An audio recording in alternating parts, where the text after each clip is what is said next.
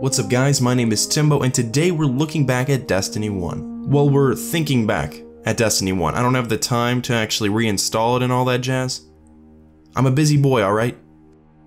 Fight me. Destiny 2 has implemented several quality of life changes across the board. And while many of these are welcome adjustments and fixes, not everything in my opinion has been positive. So in today's video we're going to be taking a look back, reminiscing some features either eliminated, changed, or left out of Destiny 2 that I personally miss from D1. Before we get into it, I wanted to make a disclaimer just saying that this is my own personal list. So there very well may be things in this video you don't miss or think are positive changes. There may be things that you miss from Destiny 1 that I won't talk about. Whatever. The comment section exists for a reason, so as always I invite you to put your thoughts down below. This video isn't made to say Destiny 2 is worse than Destiny 1 because I can just as easily make a video about the things that I don't miss from Destiny 1 and it would probably be just as long. I'm gonna ramble these off for the most part, so without further ado, let's get into it.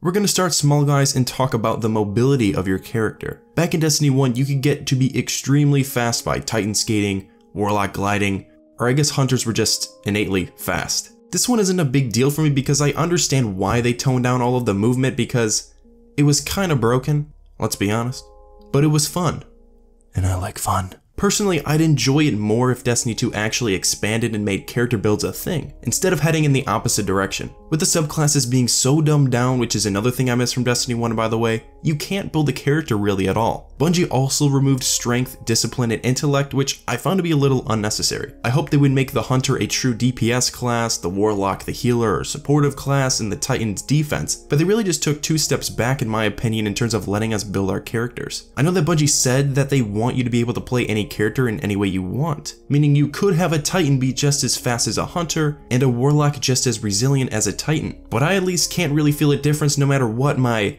stats are, and I think doing it this way kinda negates having different classes in the first place. In Destiny 1 there wasn't a ton of character builds, I'll admit, but at least you could pick and choose perks to your liking in an attempt to be really fast or strong, or get your super really quickly, or gen a ton of orbs, or whatever. I know you technically can have a character build in Destiny 2, I've heard recovery is pretty good. I just feel as if it's extremely restrictive on the player and the choices they want to make. Now I'm not stupid, I know why Bungie made all these changes to the subclasses and the weapon perk rolls and others to balance the Crucible. And the Crucible from Destiny 1 is also something I kinda miss. Surprising, I know. I think Destiny 2 Crucible is the most balanced Crucible we've ever seen. No thorns or Felwinter's lies in sight. And in the grand scheme of things, that was the objective and this should be taken as a good thing. Personally, I really enjoy some of the new game modes we see in Trials like Survival, but I still miss 6v6 playlists. 4v4 certainly has its place, but Destiny 2 is missing that chaotic mode. Mayhem isn't in the game, but generalizing things here, I wish Destiny 2 kept modes like Control at 6v6. It just suited it better in my opinion. In Destiny 1, there were times where you felt like a god slaying plebs left and right. In Destiny 2, you just get team shot all the time. 6v6 in many ways was a way to have some stupid fun, where not every single game was sweaty, and not every game required having a team to win. You could play solo, and you're just fine. You combine this with sniping being a shadow of its former self. Rest in peace, Everdeed Spear. The elimination of a specific game mode selector, the elimination of private matches, the elimination of heavy machine guns, the elimination of Rumble, and you have an overall Crucible experience that is pretty watered down. But at least it's balanced for esports, right? That's what matters in the end. Kill me.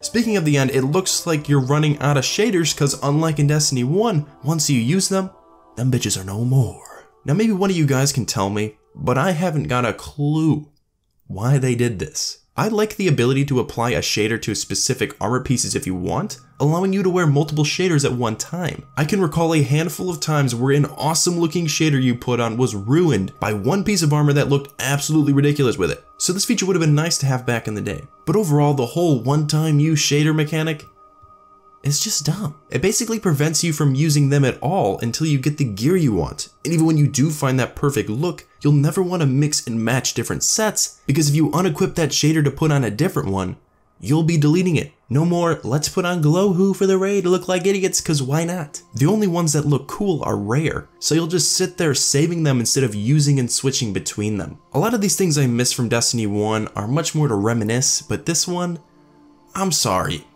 Who thought this was a good idea? Next, I want to talk about strikes. Now, I could talk about how you can't select strikes individually, or how they don't have specific loot anymore, but the biggest thing I missed from Destiny 1 in regards to strikes was the Nightfall modifier. For those of you that don't know, because they got rid of it before Destiny 2 came out, back in year 1 of Destiny, if your team wiped in the Nightfall, you were sent back to orbit. And yeah, I know, reminiscing, I get why they took this out, okay? It advocated extremely cheesy, passive play because people don't want to die. But still, it added this extra layer of tension and originality throughout the entire strike that you just don't get anymore. Nightfalls back in the day were the bomb.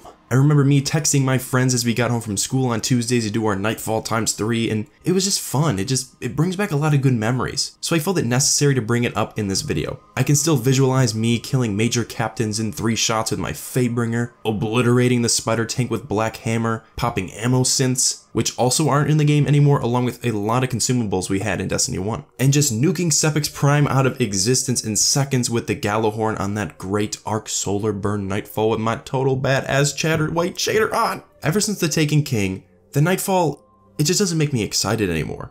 Even more so in Destiny 2. Of course, we gotta mention the Gallahorn if we're talking Destiny 1, as it was the weapon to receive back then. More specifically though, I want to talk about exotics in general. I don't miss from year 1 having to grind tons of materials to upgrade them, that's for sure, but I do kind of miss the difficulty level of getting them. Exotics used to be rare to get, and more rewarding. A few weeks ago, I made a video talking about this, so if you'd like to watch it, you can click the icon at the top right of your screen. Not only did exotic quests used to be much harder, as examples think back of the exotic swords, or better yet, Outbreak Prime, but receiving exotics from drops is just easier now. To compensate for this, Bungie seems like they just spam you with duplicates. I'd much rather have exotics hard to get and receive something new, than get them all the time and receive the same thing over and over again. Exotics just don't feel exciting to get anymore, and this is one of the many things that kills the longevity of the game for me.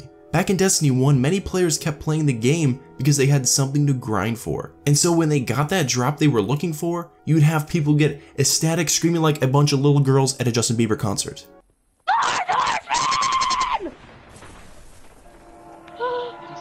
The search is over! He's kidding. Has arrived.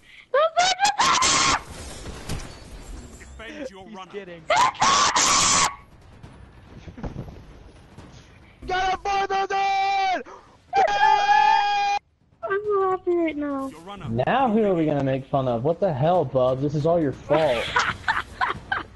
But now you just get decoded gauntlets that increase sidearm reload speed like 3 times in a row. That doesn't mean that every exotic was great in Destiny 1 either, but I'm just saying. I miss the grind, I miss the power, I miss that rewarding feeling of finally getting exactly what you want. Getting near the end here, I want to briefly touch on tokens. I like tokens for some vendors, but for each and every single one, it's just redundant. I feel like I'm speaking about a lot of similar feelings I used to have while playing the game, and rightfully so, as this video is inspired by nostalgia. But the thing that I don't like about tokens is that with some vendors, it creates an unnecessary barrier between you and your loot. I'm fine with it being with factions or the gunsmith, but frankly, I miss in Destiny 1 where you'd beat a boss in the raid, and then bam, the loot just drops right in front of you. Instant reward, instant satisfaction, and you don't have to leave the activity to equip it. A reward gives a person motivation to keep on doing a task. It's basic psychology. I'm not saying that I hate tokens or that you don't get enough loot for certain activities. I just think they went a little too far with this.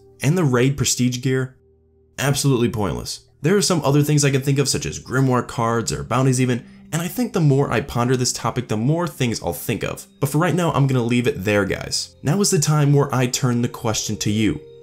You sexy animals. What do you miss from Destiny 1? Let me know down in the comments below. Some of the things I listed I know will be gone forever, but I do hope that maybe some will come back eventually. And also guys, if you want me to turn the tables and talk good about Destiny 2 in a video for once, and discuss some of the changes I really appreciate from D1 to D2, make sure to let me know. But that's all I got, guys. So leave a like if you enjoyed, subscribe to the channel if you're new. Thank you all so much for watching, and as always, I'll see you in the next one.